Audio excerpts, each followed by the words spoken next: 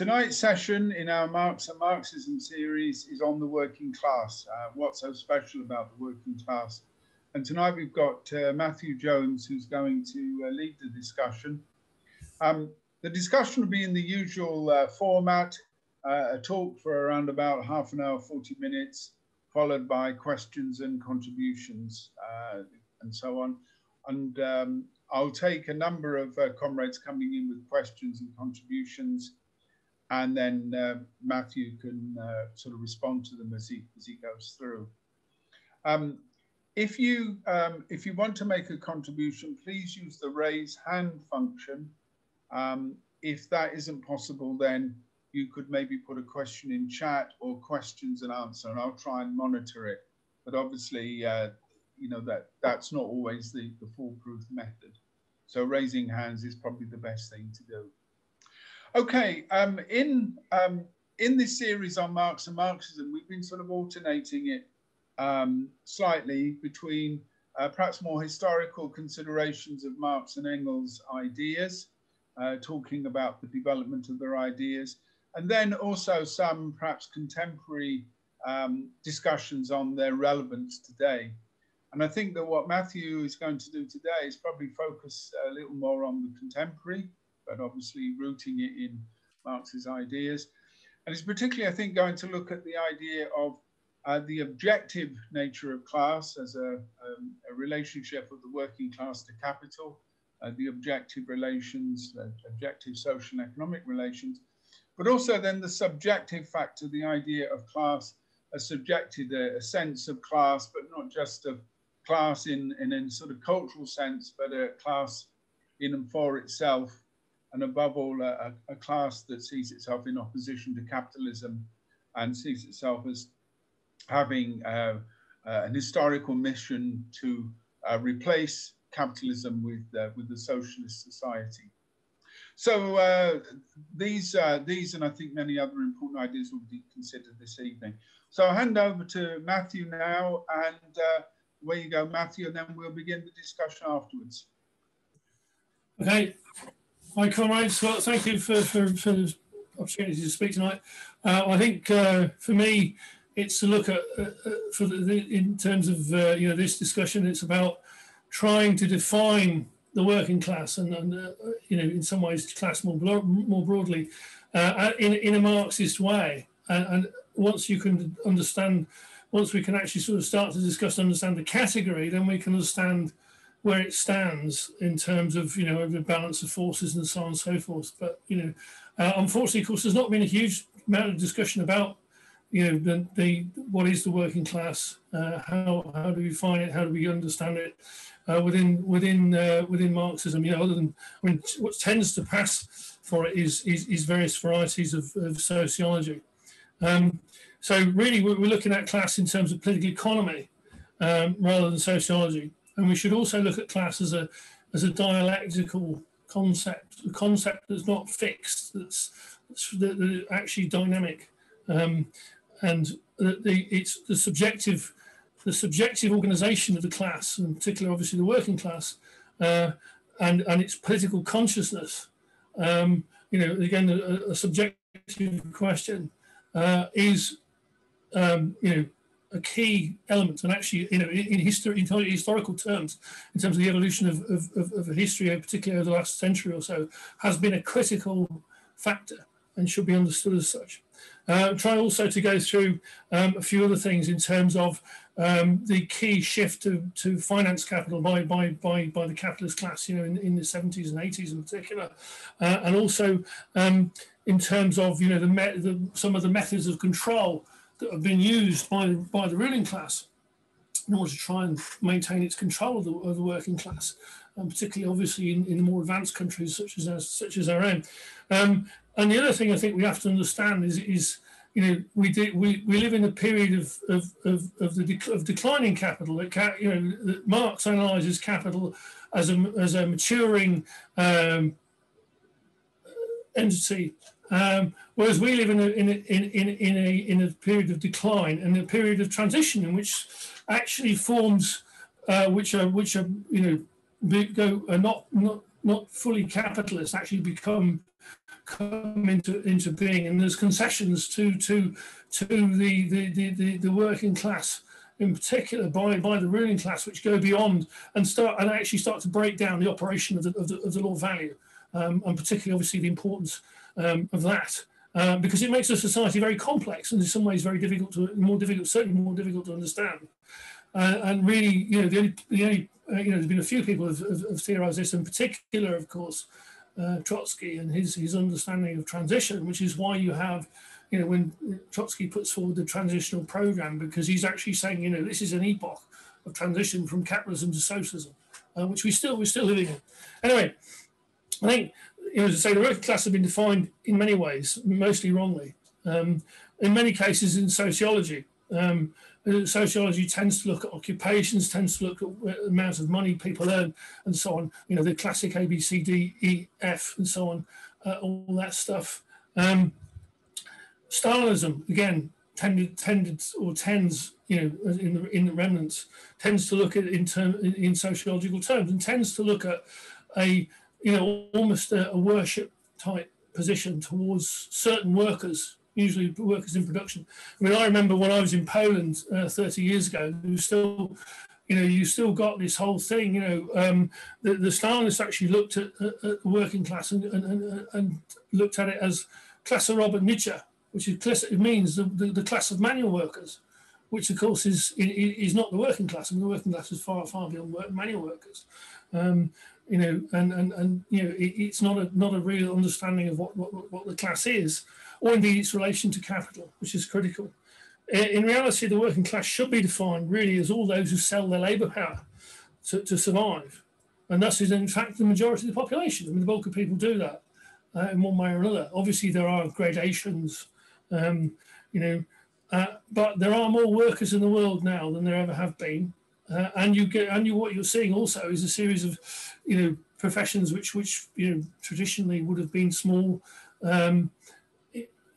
like solicitors, like doctors, like teachers who would see themselves as professional and so on and so forth, are increasingly being proletarianized and reduced to the status of merely carrying out orders and whatever else, and having their increasingly put in that position. And so you have things like doctors' strikes, which would be unheard of and unthinkable, 50 years ago. So if we look at that, okay, capital is in the process of labour. Obviously, capital extracts surplus value through abstract labour in process production, which obviously is capital volume 1, which I think we should obviously discuss at some other point. There are, of course, some people who are ambiguous, as you'd expect. I mean, there's obviously gradations, where you have people who are paid huge amounts, like footballers, to take an extreme example, or managers, who, of course, in some cases, may indeed function as workers, but also have supervisory roles. So you have this sort of, ambiguous position particularly towards the capitalists. And you also have, interestingly enough, of course, those workers who don't work directly for capital either. I mean, in the public sector and so on, and sectors which are essentially transitional, which serve needs rather than profit, in some ways or another. So obviously you have different elements of the working class, but we should understand it as such. But this is quite a substantial section of the working class, obviously. But really, we should look at that as being the basic potential for a class. It's not actually the class itself. If you look at it in classical terms, it's termed the class in itself. In terms of this is the position. But if you look at as Marx points out, so if we take, for instance, the capitalist class, it only fully becomes a class itself when it takes power and overthrows feudalism. And this also applies to working class. I mean, the working class only becomes a class to the degree in which it organises itself against the capitalists. So you have a potential class And then you have the subjective factor in terms of whether or not it can become a class by organising itself. And then, of course, obviously, its consciousness. And actually, if you say, again, it only fully becomes a class, that fully realises itself as a class at the point it takes power. And of course, the historical mission of the working class, of course, is to take power and abolish class society altogether, including itself, as a sort of irony. So, in capitalism, also, of course, has is exceptional in terms of class society, in that labour, of course, is formally free. It is not, it's legally free. I mean, it's not oppressed in such ways as under feudalism or even under Stalinism, in which obviously the force is a direct application. And the capitalism, of course, the control of the working class is chiefly through ideology. Essentially convincing the workers that the current state is natural and normal and will continue forever. And then that the exchange of labor, for selling your labour for money, and commodity fascism are the natural state of things, which of course they're not. They're actually quite a small portion of human history. So in reality, of course, then it means that the key to the formation of an actual class, an actual working class, is subjective.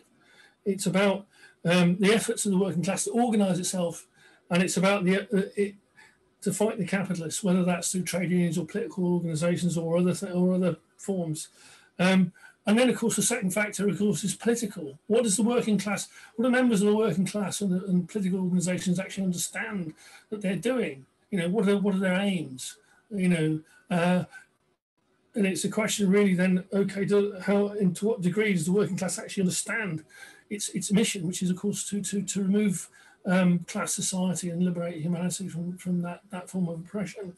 From those people who've read Lenin, Lenin, of course, in a number of his works, in particular, obviously, what is to be done, stage a major political fight in his own way. He's a very polemical guy against economism and the tendency towards fighting for simply economic gains without a political struggle against capitalism.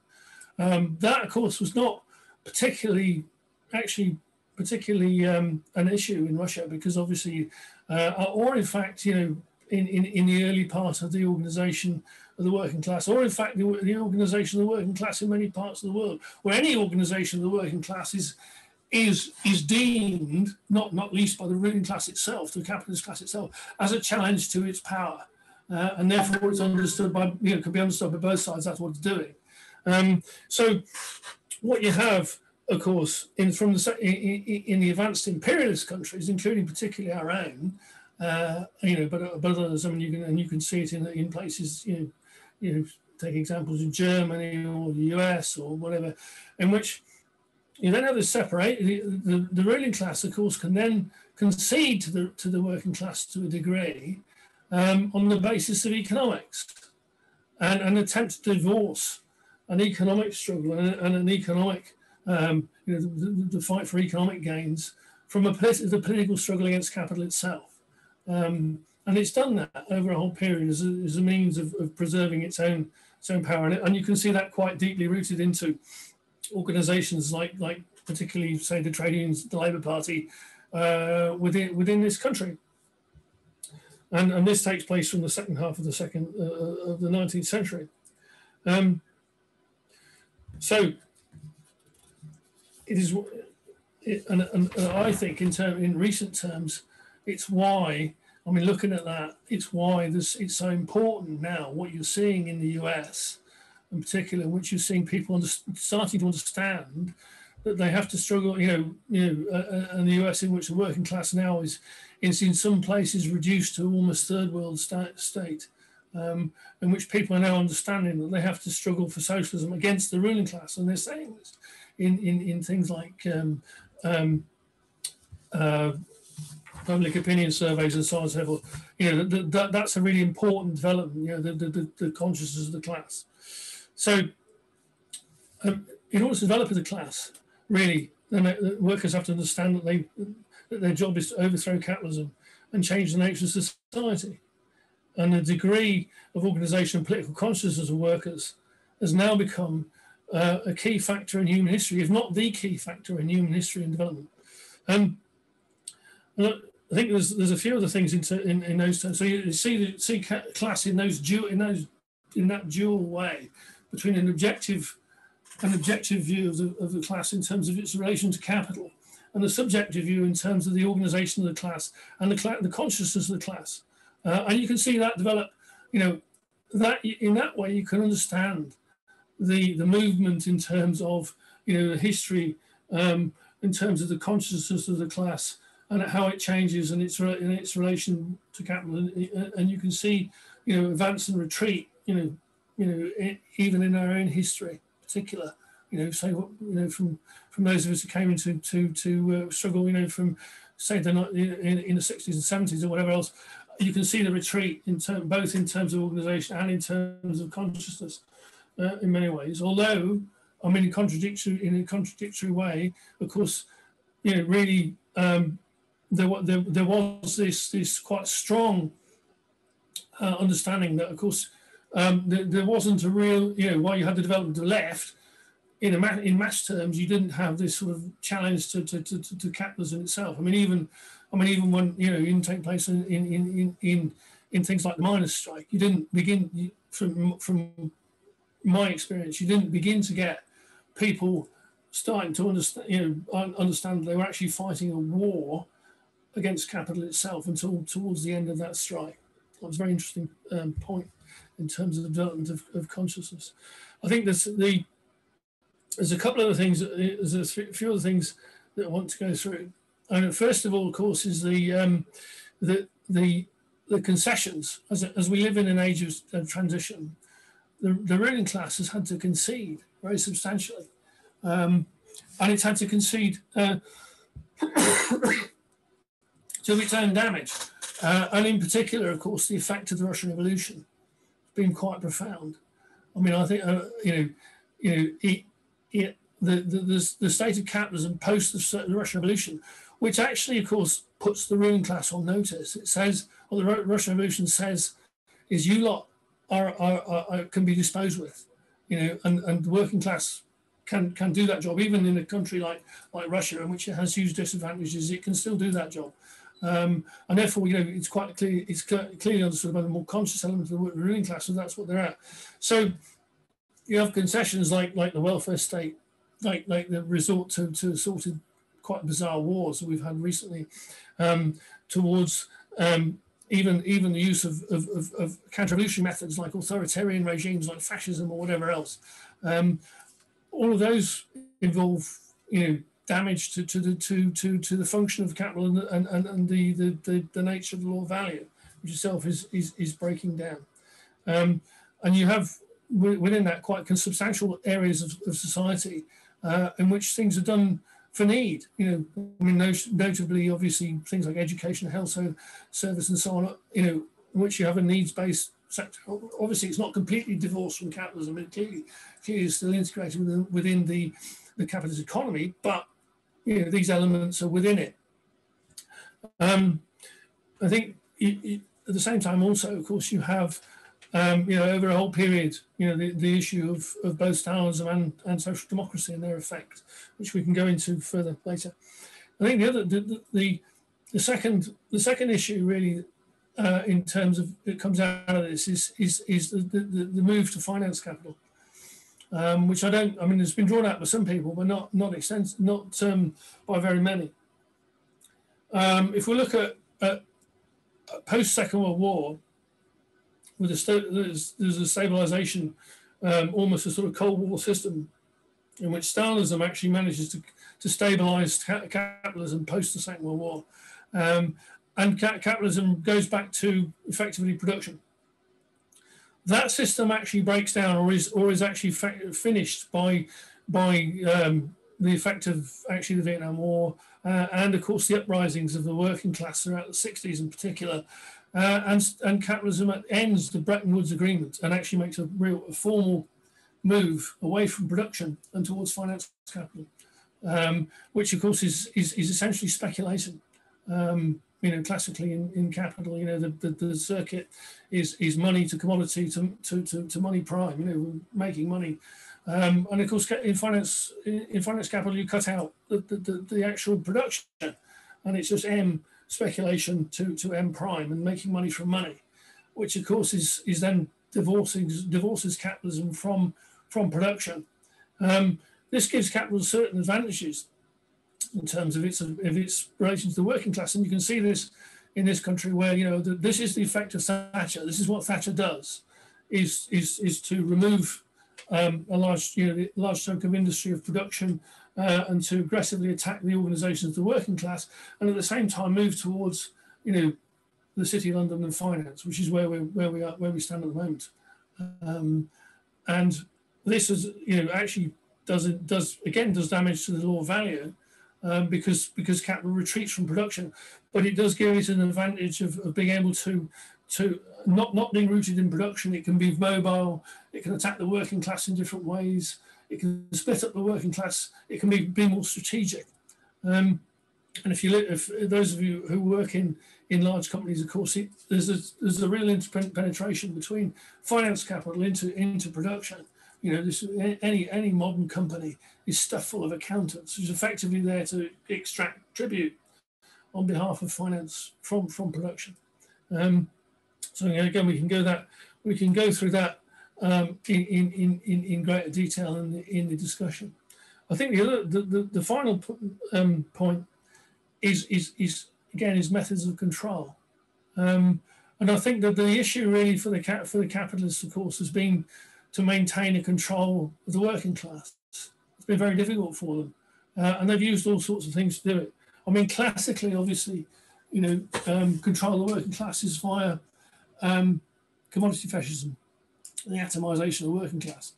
But of course, this has to be supplemented, and it's supplemented by essentially a moves to split the working class, which things like racism, sexism, splitting up workers by occupation, splitting up workers by employer. I mean, you can posit, and some people have posited that you could have a non-racist capitalism. I mean, theoretically, it's possible, but the capitalist class has such a great need to split up the working class. It's never done without racism. I mean, the statement "capitalism is racist" applies in nearly all cases to nearly all countries. So it fairly much is, and the same, you can say the same for sexism.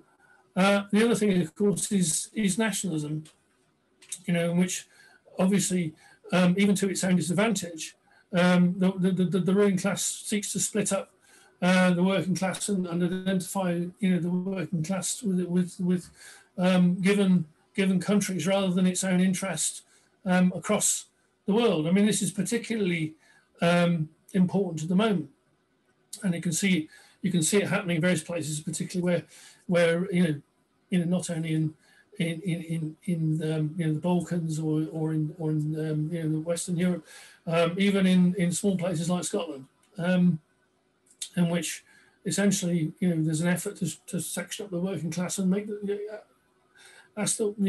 propose that the working class itself should actually identify with its own national sections of the bourgeoisie rather than its own interest. The problem being, of course, is that there is no. I mean, now production is strictly international. I mean, there is no national solution to anything. So it makes it very, very interesting. Both, I mean, especially for the working class. I mean, the working class, in order to act effectively, has to act now internationally, because it's, simply everything it does actually is associated with change of production, which stretch across national borders, and therefore to organise effectively, it has to break out of of that national constraint. And unfortunately, it's had real difficulty in most cases doing that. And you can see that that's been constantly reinforced. I mean, by all sorts of forces, including actually sections of the unions, claiming, oh, it's so and so from such and such a country. And actually, the key question is, can workers actually organise themselves across?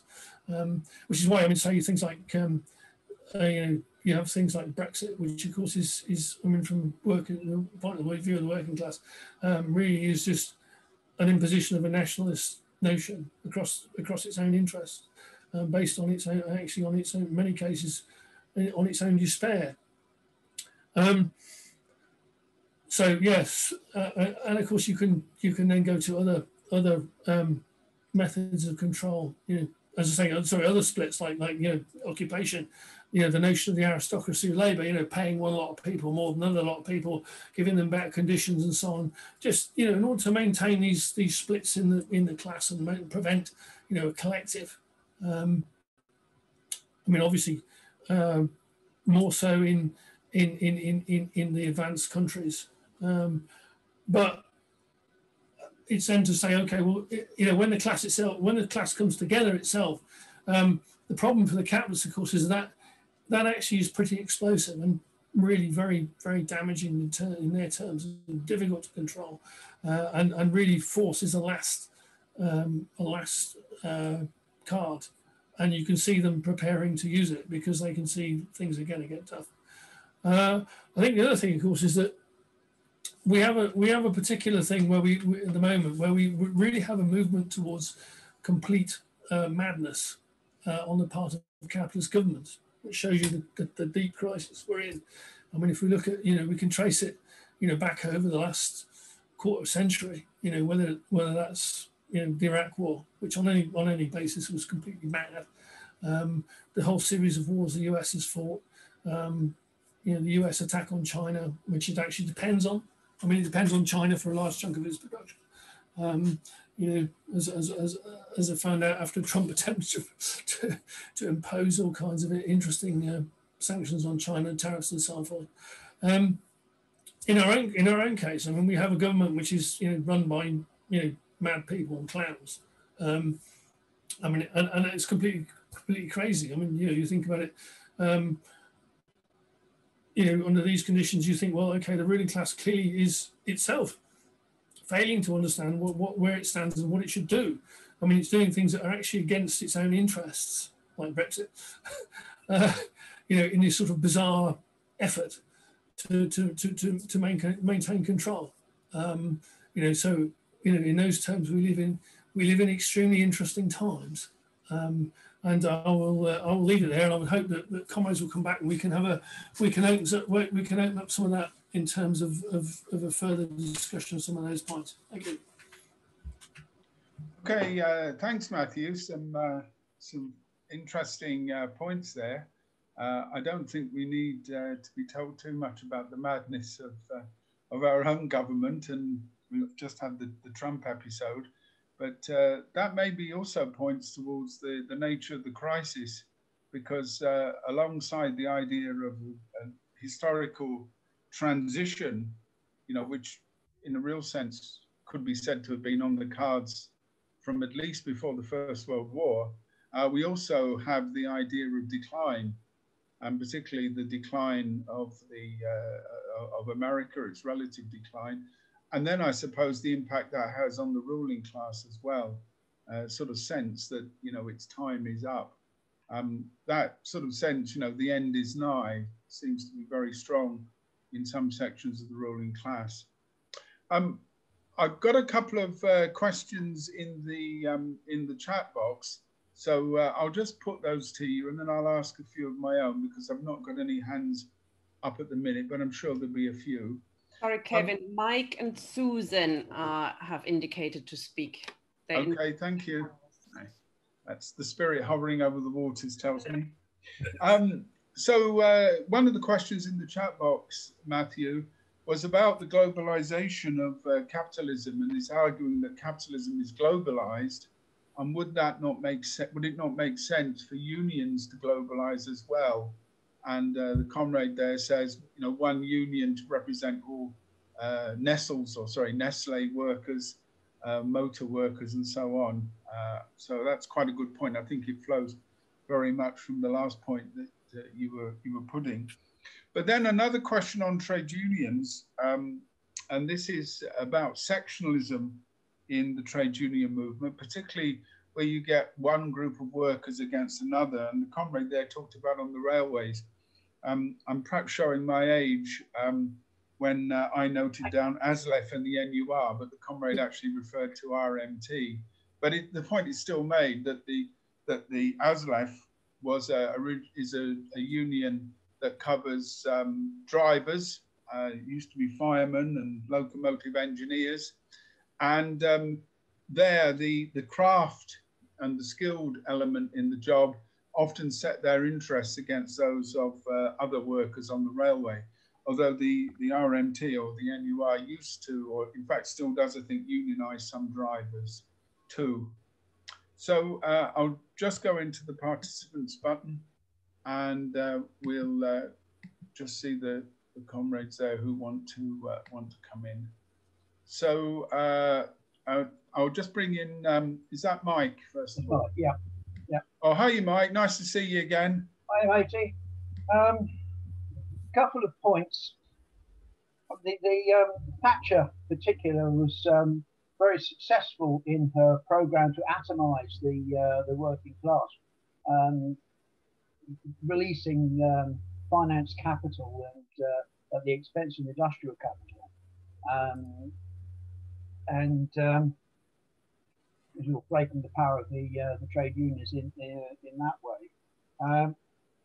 But they've also, and more recently, they seem to have cottoned on to an increasing form of tying the workers down and making them, if you like, work against their own interests, and that's the use of debt. The right to buy didn't just transfer social property to individual workers and families.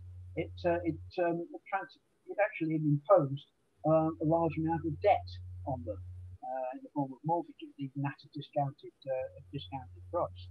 Same with student loans, that people are imprisoned by debt. The other thing is, of course, the way that they are milking public services, that with the outsourcing of virtually all public services, the cleaners in hospitals, dustmen, whatever you name it, it's been outsourced to private capital, and there's another major source of profit for them at very little cost to them. So I'll leave it there. Thanks. Okay, thanks, Mike. The next comrade, I think, is Sir Richardson. Unmute, Sue. I haven't done, I think, haven't I? Yeah, I can hear you now. Yeah. Right. Okay. Yeah. Yeah. I just wonder what you think about the influence of modern technology, whether it's been beneficial or damaging, whether it's broken up unions, it's created jobs where the lines between working class and middle class or financial people are blurred, whether it's made it easier for us to communicate with each other or more difficult because it's easier to interfere with. Just what view do you think of that sort of thing? How's that affected relationships, do you think? Okay, thanks, Sue. Next comrade, I think, is Ben Davey. I don't think he tried to come in. He's just used the panelist. Okay, fine. Okay, Steve Freeman. So when you just, yeah, Matthew, fine. I agree. I'm agreeing with Matthew. I just want to emphasize, I suppose in a way it's not making new points particularly, but just to emphasize those things. I think for me, the important thing to emphasize that Matthew said at the beginning is it's about the labour contract. Are you an employee or not? Because the working class doesn't stand on its own, it stands in relation to, and that's what a labour contract is. It's a relationship between labour and capital. So if you're in a particular kind of relationship summed up in the labour contract, that puts you as a wage labourer, and it puts you as the working class. And it doesn't matter then whether you're working for a private or state company. It doesn't matter if you're making goods or services. It doesn't matter whether you're supposedly productive or unproductive. None of those categories count. The fundamental category is you are an employee of capital. And as far as computer, in a way, capitalism is turning us all into the same. We're all becoming kind of computer workers in a way. And then all we're going to do every day is, as time goes on, we're just going to go to work and open up a computer screen and do computerized things. We'll just become abstract labor. You won't know one computer worker from the other because we'll be all working through the same sort of thing. We're being kind of homogenized by the development of technology. And you're right to say that technology destroys jobs, but then it also creates jobs. But it then creates jobs that maybe of higher productivity jobs, then the working class has more power, because if it pulls the plug or goes on strike, then the impact of going on strike for higher productivity workers is much more impactful on what happens. So I think the only thing I'd say about that is that you've then got to distinguish of employees. You've got to distinguish between, and really the dividing line between the working class and what's sometimes called the petty bourgeoisie. We have to think about that. What is the petty bourgeoisie, which is not the working class? Well, on one hand, you've got self-employed people. Okay, they are not employed by capital. They're on their own. Now that becomes a tricky category as well to deal with. And then you've got the other important category of the management, because the management in any business, they are employees. But they are different from employees. So I think the working class are really the non-managerial employees, because the managers are absolutely in the intermediate position. On one hand, they gain their power from the fact that they've given authority by the bosses to take command in the workplace. And on the other hand, they're directly in relationship to the people who are actually doing the work. They depend on both sides. They depend on the power of the boss, but they also depend on what the workers they're commanding actually do. You know, if the workers don't do their job, the managers are in trouble. You know, their power is given to them, but can be taken away from them. So a managerial worker can be sacked just like any other worker. So they're in this very intermediate position between them. And then you've got, I'll maybe finish on this point, but maybe then you've also got what happens to children who are not in that relationship, and retired people who are not, strictly speaking, workers by this definition, but obviously are directly socially connected to. They may be ex-workers, they may be the children of workers, and so on and so forth, but they're not in that employment relationship as such. You know, they've either been in it or they're going to be in it, but they're not there directly. So I think we have to distinguish, to understand the working class, we have to distinguish them from the petty bourgeoisie, which is the self-employed, and the managerial strata in modern capitalism. I mean, in some societies, the peasantry you'd add into it as well, but we don't really have a peasantry here. But, you know, as Matthew said, it varies from country to country. And then the last point I would make is that the working class is a world class by that definition. It's all over the world, but it doesn't have world ambitions. That's the political part that has to come into that. So then we have to think about how the working class becomes more than just an atomized group of people. As Matthew said, it's about consciousness and politics and all those other things. So I'll stop there because I've had a good shot at it. Okay, thanks, Steve. Some very interesting questions there, Matthew. Do you want to come back in and make a response? Yeah, I answered a few of those. Yeah, no, I think the point made by the comrade in the chat about the sectionalism is correct. I mean, particularly, of course, in this country. Actually, if you look at it, because obviously, I mean, this is the oldest capitalist country in the world, and therefore, you know, the working class itself sort of bears the marks of its history and the sectionalism and so on and so forth that it's always that it's had, and this in many ways is an impediment, you know, and you know, as a comrade has said, you know, in terms of the railways, as an example, as a, you know, the notion of organising, you know, craft on a craft basis. I mean, this has existed in other countries as well, but it's only, you know, I would generally agree with the notion of saying, well, okay, we want industrial unions, and this has always been, if you look at the way the means, you know, over, you know, in terms of those people who've consciously tried to organise unions, they've always tried to do it on an industrial basis. We will organise across entire industries. We will not have separation. And you know, if you look at the stuff in the, you know, the 30s and even down to today, there's been quite a bit of fights to get away from sectionalism and craft, because I mean, obviously, it just promotes division in the working class and therefore weakens it. In terms of Mike, who was talking about Thatcher, you know, sorry, he's correct. I mean, I think, you know, I mean, I should actually said in part of my talk that obviously one of the key things about capitalism, of course, is its effort to atomise the working class and reduce it to individuals. You know, exactly that's the ideal position that the ruling class and the capitalists wish to have workers in as individuals. So obviously then can dispose of them in the way it wishes, and you know, essentially it bears down on the necks of the individuals. In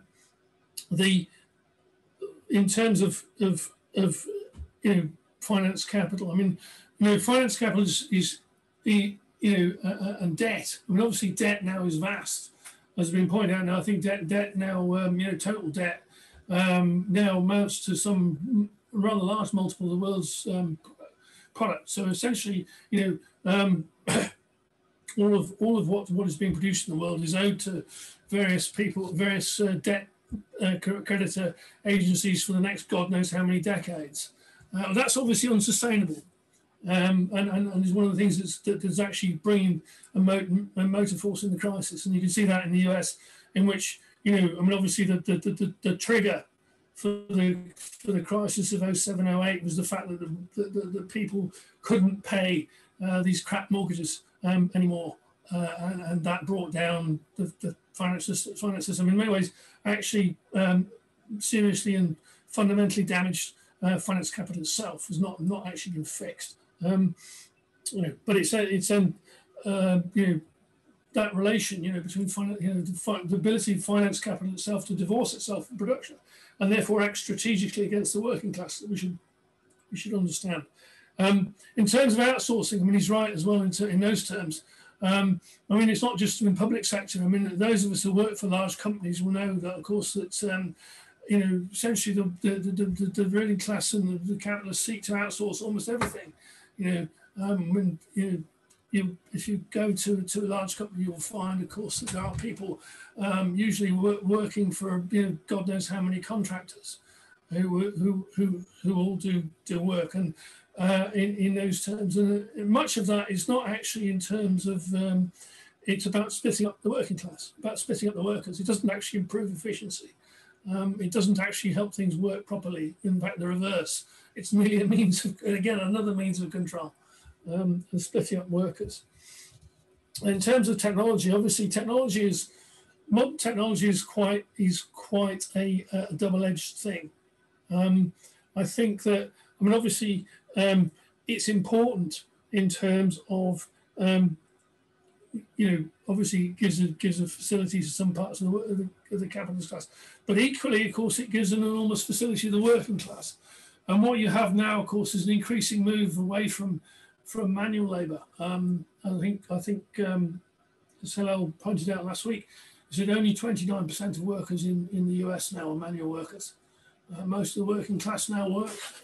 It's white collar mental work, and this, of course, is actually makes things much more difficult to control for the capitalists. I mean, it's much easier to control somebody's work when you can see them doing it. But when you do it in their head, it's very, very difficult. And actually, what it means is that much of the time, capitalism requires and relies on workers collaborating themselves to make the thing work. Which, of course, then poses the question, well, why do you need the bloody capitalists? You know, if you can collaborate together and make it work, why do you need these people? You know, so we should be posing that question.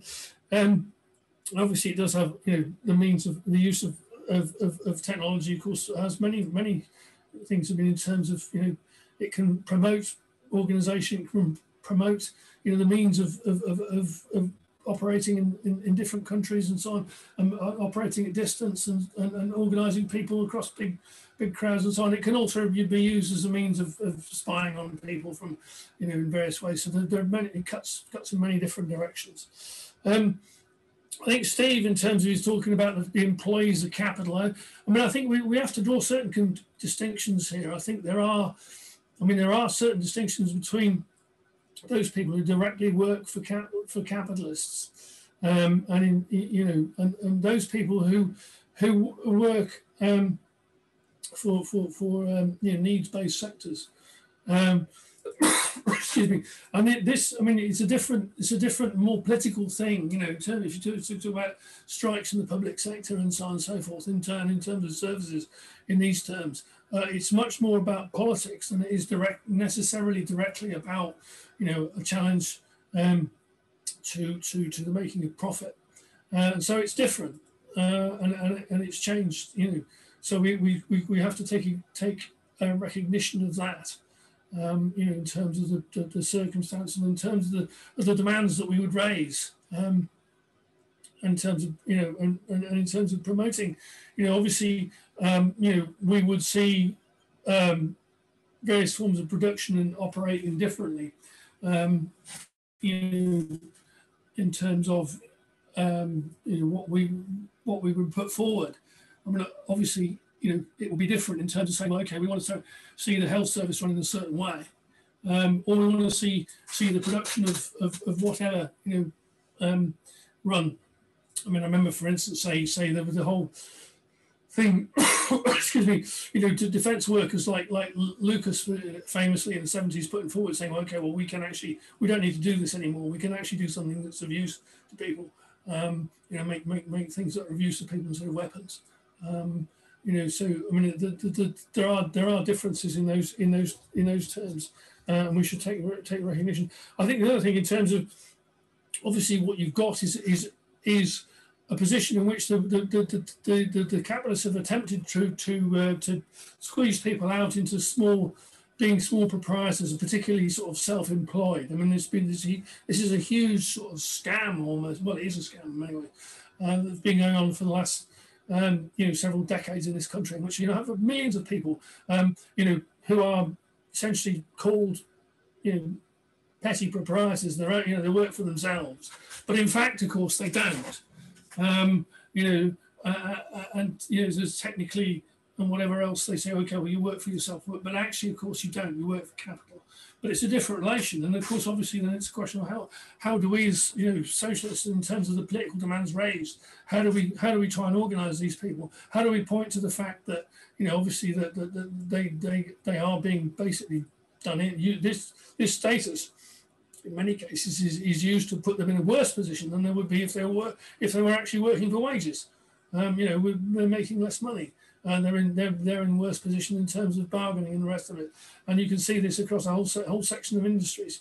And the question really is then how to organise these people. And of course this applies across most major capitalist countries, and we can see it in terms of the efforts of this sort of precariat to organise itself and to enforce the notion of saying, well, we are a collective. We've seen it in various parts of the US in particular, but also here, and we should take recognition of that, and say, well, you know, this is actually a section of the working class. You know, in reality, I mean, legal, you know, working for yourself in those terms is a legal fiction. You know, obviously that, again, there's gradations of that. Some people who are contractors, you know, may in fact be making large amounts of money, but you know, they're pretty exceptional. So anyway, I'm hoping I've taken up most of that. So let some of the people to come in after that. Thanks. Okay, Matthew. No one's come in to speak, but I've picked up a couple of things on the chat box, which I think are useful. One is really a reference back to last week about cooperatives and also the idea of workers' control.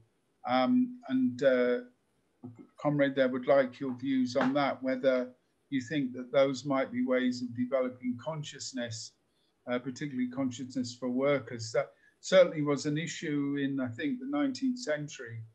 Obviously we've got the cooperative movement, which was a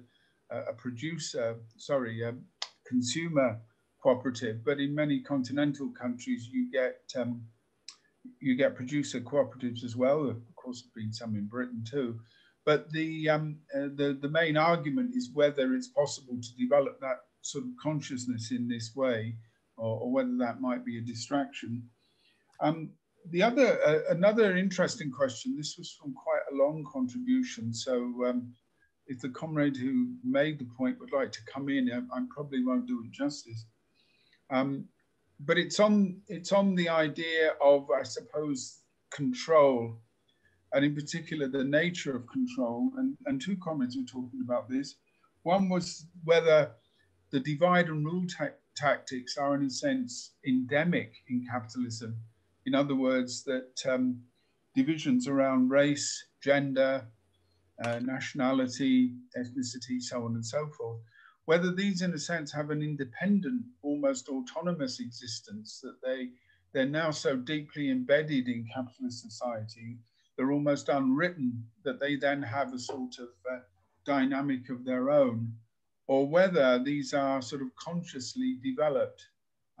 You know, we can all think, I'm sure, of historical examples of where employers brought in strike breakers from other countries.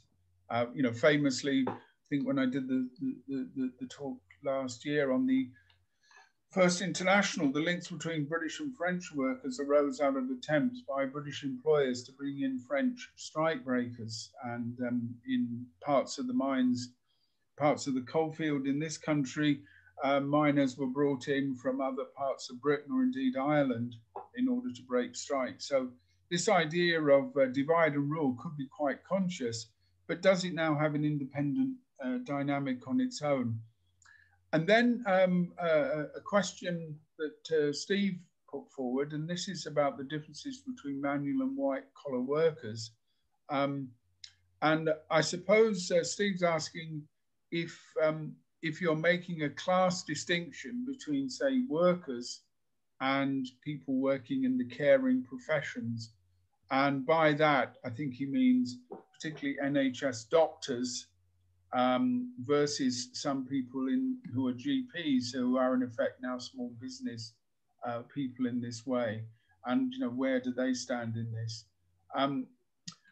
One question I've got of my own, Matthew, is this sort of sociological question, and it's easy. Obviously I want to dismiss the sociology, you know, those rather silly debates about your working class if you have the milk bottle on the table, or that the working class only consists of certain sorts of manual workers. But I'm interested in the prevalence of this. For example, there was a survey this week which said that people who were, quote, not working class, you know, tried to pretend that they were working class. And I'd be interested, I don't know if you picked up on this survey. It was one of those sorts of things that made, you know, the day's headlines in the newspapers. But I wondered if you thought there was any significance in that, particularly in the sociology of an attachment to, quote, working class identity, you know, the strength of these sorts of ideas in British society. That would be a question I'd like you to perhaps consider. And then there's one other note that I took up as well. There's also two people who want to speak. Okay, thanks. I'll bring those in. Okay, yeah. Okay, that's Zbigniew. Hi, yeah, Zbigniew. Yeah, I'm glad you mentioned Poland, Matthew, because if we look at what happened when they went capitalist, or places like Latvia, and Goldman Sachs came in, and absolutely ruined those countries by finding that people had to take mortgages for the housing that they previously would be able to just rent from the state. And there was, as they were all owned by the state, and they just made sure that everybody was run on the interests of finance capitalists that came into so-called saved Eastern Europe, and they ended up having to leave because they couldn't buy the houses. The Swedish banks and other places just came in and took islands that were worth billions for £1 million, and there was no tax on the finance. So the question of how money is held, and that money basically under finance capitalism is based on interest rates, and the extraction of rent. So all, it's not just, there's no tax on the land owners, and there's no tax on the financial transactions, and there's interest to be paid, which can never be paid by us. And of course, as human beings, we all take mortgages, or we have a car loan, and we actually, as workers, then are owning an asset which we think will acquire interest, and therefore on the housing market we will pay off our loans. But that is an impossibility, as you mentioned, that as money is basically credit and spent into the economy, and that it's all based on interest rates that will never be able to be paid back, means that the banks basically create mortgages and business loans and car loans, etc., into the economy, so that money is no longer based on any actual production, but based purely on fictitious creation through these loans, etc. So the whole situation that Marx talked about of monopoly capitalism is now global and financial. So we have all that to think about, how we're all implicated in this.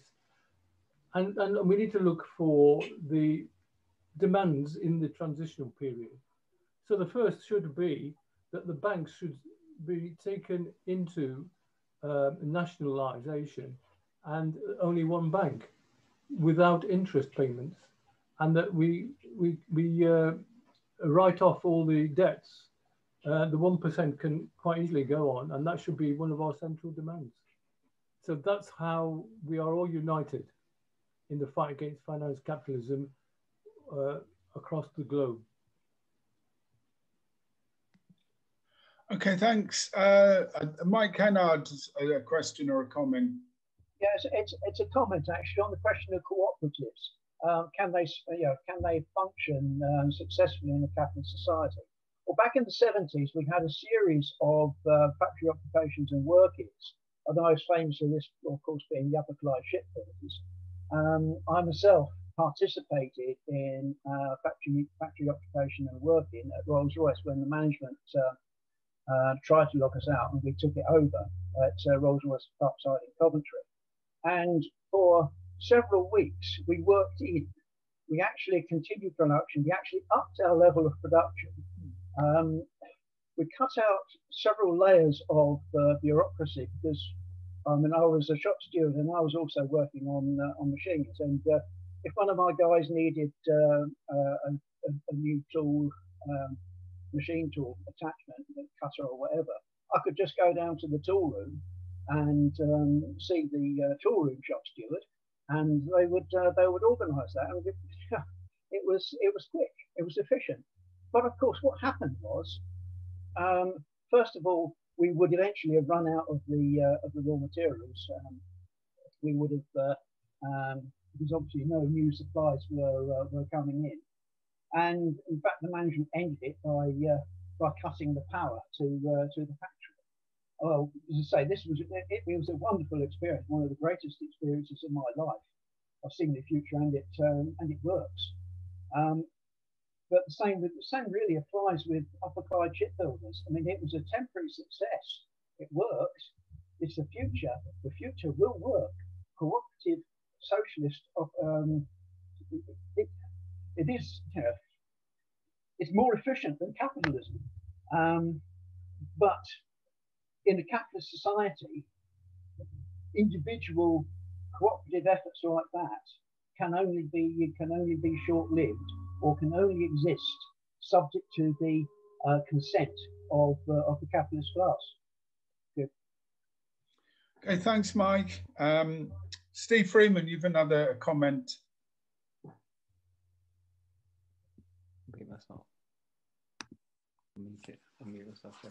Sorry, Conrad, I just thought if there's obviously if there's other people to speak, they should come before me. But obviously, I've got something to say. I wanted to distinguish. I think it just goes back to the basic thing. What you might call the subjective and objective. So if you ask any person, are you working class? They might say to themselves, well, I was born into a working class family. You know, I lived in a council house. I don't. It's the same as the milk bottle on the table or whatever it is. My dad was a miner. You know, and I speak with a certain accent, therefore I'm working class. But that's not the important point for us. In this analysis, the important point is not where you come from so much as what are you now? And if I'm a boss of a multinational corporation who came from a working class family and still thinks of myself as coming from the working class, the really important thing in all this is that I'm the boss of a multinational corporation. It's your function within the system rather than your own very important cultural identity. And I'm not knocking people's identities about their families and where they come from. If you ask most people about class, it's that identity they will come with, which may or may not be in contradiction to their actual position within society. So that's the first point. And then the second point is the importance of consciousness. Trade union consciousness is in some senses an important form of class consciousness, but it's limited, and it can be, as people have already said in the chat, quite sectional.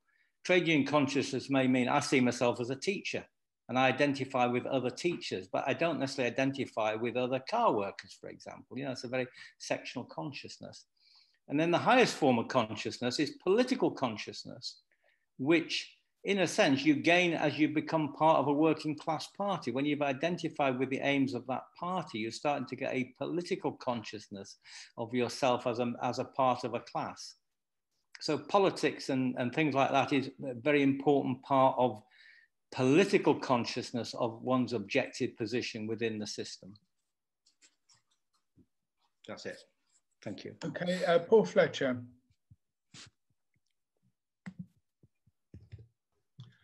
Hi, I just wanted to make a comment about, can you hear me?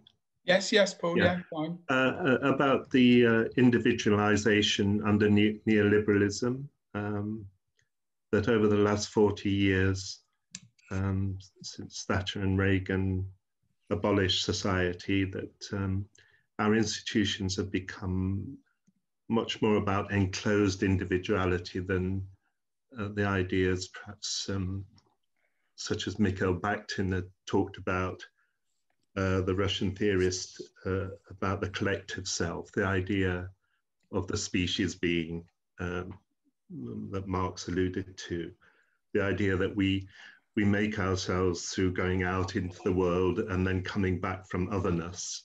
I think it's gone to the extreme. We're living in a very atomized world now, but in tandem with that, we've seen the growth of a huge bureaucratization in Western advanced societies. So our institutions are very driven to individual aspiration and getting the most productivity out of the individual. And in combination with huge debt, this atomizes us really. We become separate. The collective idea of self is not profiled. But counter to that, there are things like the climate movement, the surprise movement in America, there are huge peoples coming together. So there's hope there. So I think it's very pervasive, this enclosed self. As somebody who's kicked out of the Labour Party for anti-Zionism, because I circulated 6 posts about Palestine, or I can't remember what they were, but I was guilty. I was guilty already, you know. I didn't have a chance to plea really, so I didn't even collude with their process. But it was all taken on a quote that I'd put on a web page. Well, the self is much more than that. It's about orientation over a lifetime. It's about an evolving self. There are many selves really, but the best part of myself was being part of a child from the working class, you know, and being brought up as a child in a community of miners. So, and that always stays with you. So thanks for that. Okay, thanks, Paul. I've got nobody coming forward at the moment to ask questions or comments. So I'm going to ask one more myself, usurp my position, and then we'll see how we get on then. The question is one that really comes on from Steve Freeman's comments about ownership and management.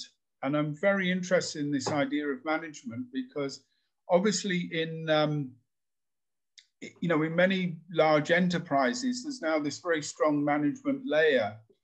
And I wonder whether the distinction between worker and manager is quite as sharp. And I'm thinking particularly, of what we might think of as traditional factories, large-scale factories. There was a clear division then, say, between the foreman and the senior levels. But what about, say, technicians and others who may well have a certain supervisory function over another group of workers in that way? So I wondered whether this distinction is always very clear. And the reason why I mention this, and it is important, I think, in terms of historical class consciousness, is that when we look at some of the most militant revolutionary movements, and I mean revolutionary movements as opposed to trade unionism, we will often see that they're amongst skilled groups of workers. So that, for example, if we take the Sheffield engineering workers, if we take the munitions workers in the First World War, if we take the revolutionary shop stewards in First World War Germany, these are all quite skilled, highly paid groups of workers, many of whom had a sort of supervisory function over junior workers, as it were, or subordinate workers. And yet they were often in the vanguard of the working class. So I wondered how you would comment on that, Matthew, because I think it's quite important, particularly because of the points that people like Mike and Steve have made about recent class developments, where some of the lines may well appear to be breaking up. Okay, so I'll just throw that open to you, and then if other comrades want to come in, we can maybe make that the last section of the session.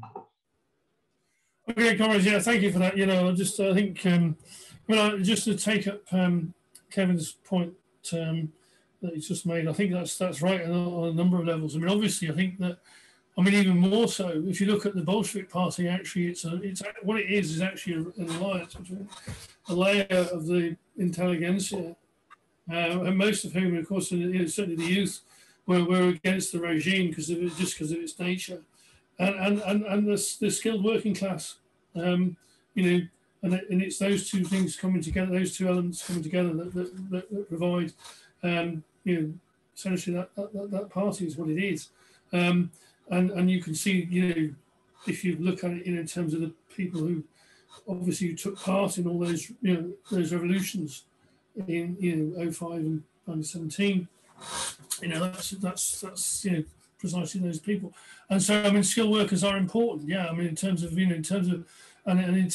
what you're looking for really is a work, elements of the working. The key thing is elements of working class who can basically learn, who can learn politics and understand politics and work at it, and then of course can then apply that in terms of politics, in terms of the development of organisations, both in terms of how you understand it and how you apply that, and how in terms of experience and both of success and failure. And the problem we've got now, of course, is that the level of activity of the working class is so low that you haven't even got the experience now among a lot of people of even running strikes, because most people have been on strike. So it's all this sort of people are going to have to relearn all this stuff, or else it's going to be a case of the older people who've actually done it before actually coming back and saying to people, this is how we used to do it and all the rest of it, or just do it by unfortunately by hard experience, which is unfortunate because of course all this stuff is available. And it's a question of people go out and learn it and work it out. And yeah, I mean, it's the same. I think those are important. I think the other thing, of course, is the other point really is about, in many ways, the breakdown of the nature of capitalism itself. That actually, of course, as you say, it actually seconds a lot of its activity into this layer, which is not in itself capitalist. I mean, it shades into the capitalist class in its higher end. But I mean, once you have an ownership which is broken down into shareholdings in God knows where, the actual essentially the function of production is then seconded to this layer, as you say, which isn't and which isn't capitalist in itself, and can be influenced in certainly to its lower end in terms of it itself feels that sort of pressure. Yeah, sure. And it's then a question, obviously, as in terms of what program, if if the left can put forward a program and clearly something that's radical and obviously is going somewhere, some direction, then it will pull those sort of people behind it. There's no question. Pull those people in its direction. And this is the problem we've got. How can this be done? I think in terms of, I think that, that also applies to the question raised in terms of, as I say, other elements of society like doctors. I mean, if you look at, and the process, as I pointed out earlier on, of proletarianization, I mean, both in terms of, in the world scale, in terms of the number of people who have now been pulled into being part, from being, peasants or whatever, into, capitalist production as workers. I mean, we now have more workers in the world than we've ever had in history. And the question is, okay, what do those workers do? What happens in a place like China? Which, there would be enormous numbers of strikes, actually. Okay, very little news of those strikes, but enormous numbers of strikes. And obviously, the question of how does that develop? And how does that develop in many different parts of the world? The whole question, again, of the US, in which you do have a developing strike wave. Something we haven't seen. I mean, the level of activity in terms of both the street revolt, the Black Lives Matter movement, which was the biggest upsurge on US streets since at least the 60s and possibly before that, and the strike wave, in which there was something like, I think somebody counted at least 1,200 strikes in the US between March and the end of 2020.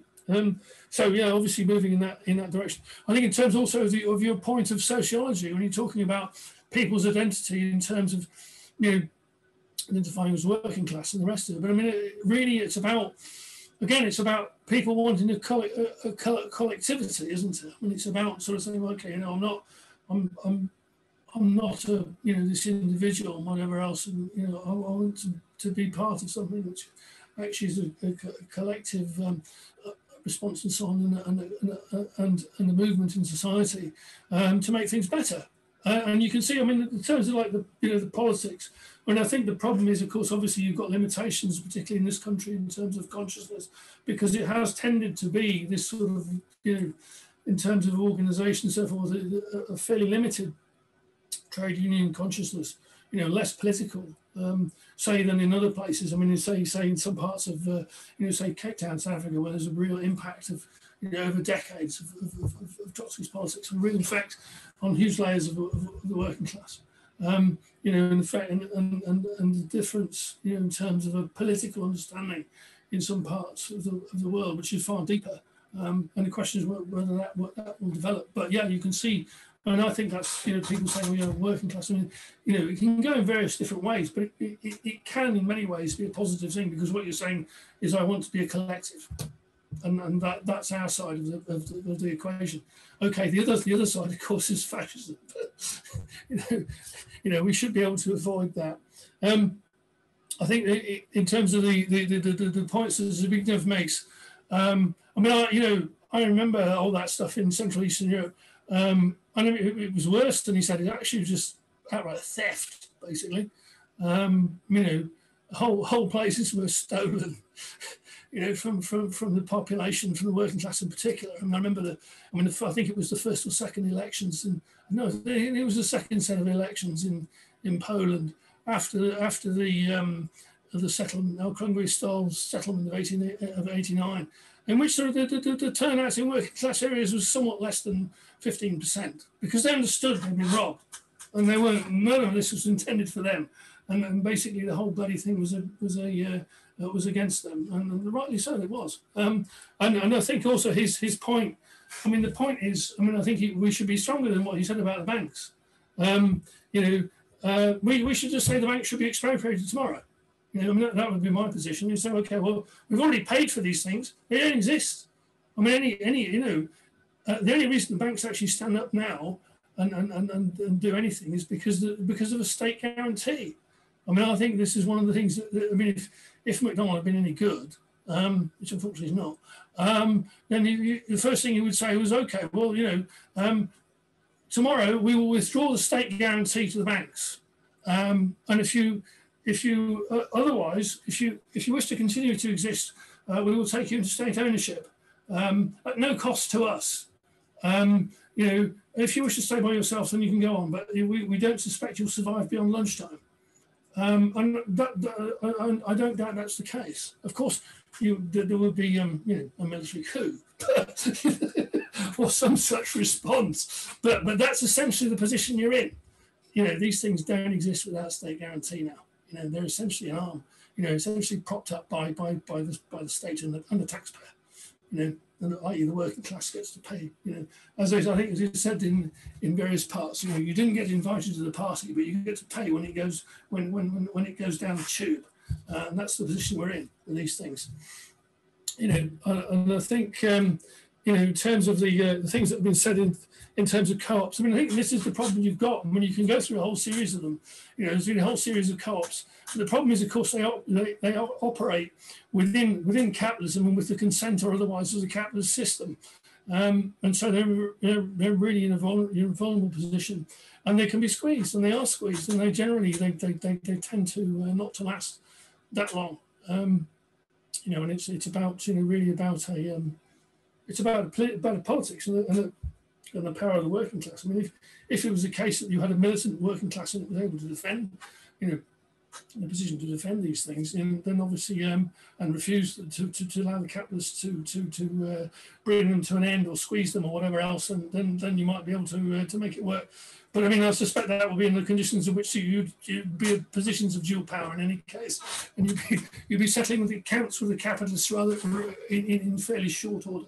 You know, in terms of what Steve was saying, you know, I think yeah, I mean, I agree. You know, it is about you know, looking at the working class as both you know, in an objective and subjective way, and about, you know, political consciousness is the critical point.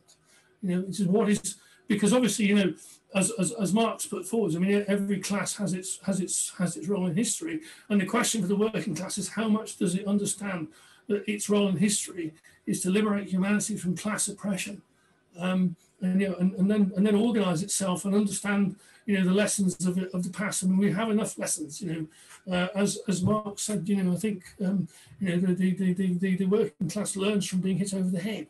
We've been hit over the head rather a lot, you know, over the past 2 centuries. I'm sure we can draw from that enough lessons now to avoid, you know, if you know, the lessons are there for us to avoid being bashed in that way, and we should take them. And that's the important thing. I think that in terms of what comrades have said about in terms of nationalism and in terms of organisation, and I think this is the problem that really we have now, is to overcome also this notion of nationalism. I mean, you can see it being used here in Scotland, as a means purely to control, working class, which is obviously, basically decided it's had enough of right-wing social democracy, like the Labour Party, and they've substituted that nationalist thing, but that's not going to work either. And it's then a question: well, can the working class itself actually begin to work across boundaries? I mean, it has done in certain limited ways, but I mean, what's been put against that in many ways is its own organisations. Things like the parties of its traditional parties, which are fairly intensely nationalist and tend to limit themselves, tend to be incredibly parochial. Its trade unions, I think there are certain honourable exceptions, and I think the RMT and so on are trying to cooperate across various bits of Europe.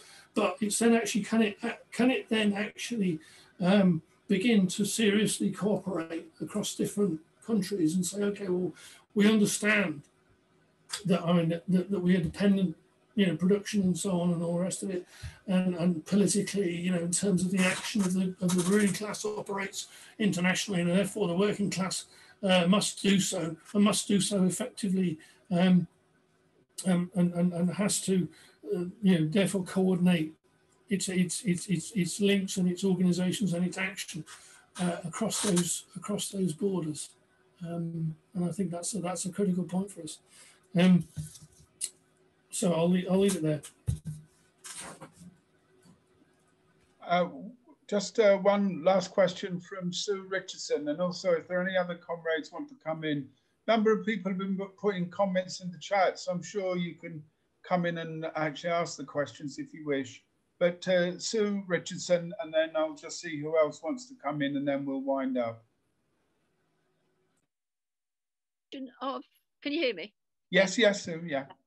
On the question of management, there's a big difference between somebody who's a manager who's actually worked their way up through the trade, and somebody who's brought in from outside as an administrator.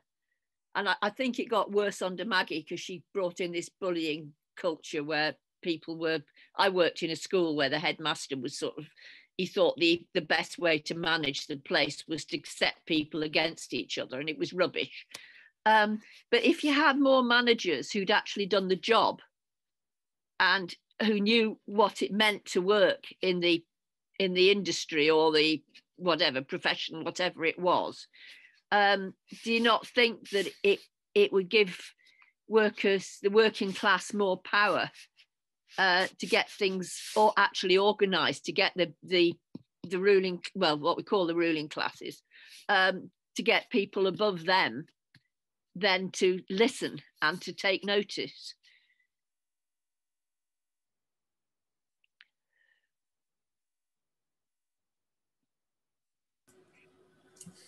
Okay, thanks, Sue. Okay, I've got no more contributions, so I'll just ask Matthew to sum up. All right, okay, well, I think there's also a question that has been issued in terms of the chat. I see that Faraz saying that in terms of the Red Wall and so on, and I think that, I mean, for me, I think, and also in terms of the Soviet system, which I agree with him, it wasn't communist. By no means was communist, and some of us would call it Stalinist. And I think there's a whole other discussion in terms of what is and was Stalinism, and what does it do, and how did it help to stabilize capitalism? How did it actually exterminate the revolutionary generation of 1917 and set back the working class over decades? And why does it get to bring us to where we are now in many ways? I mean, I think that, as I say, that's another discussion. In terms of the Red Wall, I think a lot of it's about demoralization, isn't it? I mean, it's about having been through a whole series of defeats. I mean, if you look at my political career, over a long time, has been basically about defeat the working class, unfortunately. And so, I mean, but that has a really big impact on people, and the demolition of their organisations and so on and so forth, and the demolition of whole industries and all this sort of stuff. And of course, that has a huge influence on people and their understanding of the world, and as I say, demoralisation. And unfortunately, also, of course, the fact that you have, in terms of you have really a problem in terms of the organisation of the working class in this country. We have what I thought was good in terms of an upsurge of the Corbyn movement, which is a political movement, and I think the major questions that the working class have to actually answer are political, and it's good that it should start, and people should start to consider these things on a political level, because they need to in order to move forward, and we should have this debate. But it wasn't matched by an upsurge, unfortunately, in the working class. We've got a continued period of quiescence, essentially, in the working class and the workers' movement in this country, for various reasons. It's not the case everywhere, and I think this country, in terms of Britain, is becoming the exception. And if you look at what's happening in much of the rest of Europe, you're seeing an upsurge of the working class across a whole series of countries. And as I say, even in the US, where you haven't really seen an upsurge, in the workers' movement for decades. A far more serious movement, and one which challenges organisations of all types, political organisations, union organisations, the structures of society, the racism and so on. All of this is now under question, and that's extremely important because it's the US, because it is the imperial hegemon. It runs the world essentially. So that being challenged by the working class in these multiple different ways is extremely important for everybody, not just them, everybody else. But I think, obviously, this will come in this country as well. It will happen. I see somebody's just put up the strike map as well. Somebody's put up a strike map. I've seen a strike map for Britain. There is a strike map for the US as well. So I can pass that on to people. It's very interesting to see it. So, in terms of the questions asked of managers, I think, I think that managers come in different types and flavours, and all of them have different ways about it. And some of it's okay to live under, and other bits of it isn't. And the problem, obviously, Britain in particular, of course, is particularly awful management. I think because it's just the nature. I think it's the nature of British capitalism. It's pretty crap, really. Both as not just as from the point of view of working class, but from the point of view of capital. And the fact that essentially they, in many ways, British capitalism actually retreated from production because it couldn't control the working class, and it just said, right, okay, its position was, okay, we can't control these people anymore. We'll just shut it. And we'll go to finance capital, and we'll make money from peddling money and all the rest of it, or running money washing schemes around the rest of the world, i.e. the City of London and whatever else. But I think that it's more, in many ways, it's more fundamental than merely looking at an individual manager. It's actually looking at the nature of the system that person works within, and then the response. And the key is then the response of the workers. Are the workers organised? Are the workers collectively putting demands on the management? And the workers then say, well, we can do things different. We propose an alternative way of doing this because we're fed up of the current way. All this sort of stuff. It's really about that balance between the balanced power, and the level of organisation of the working class is the key in those terms.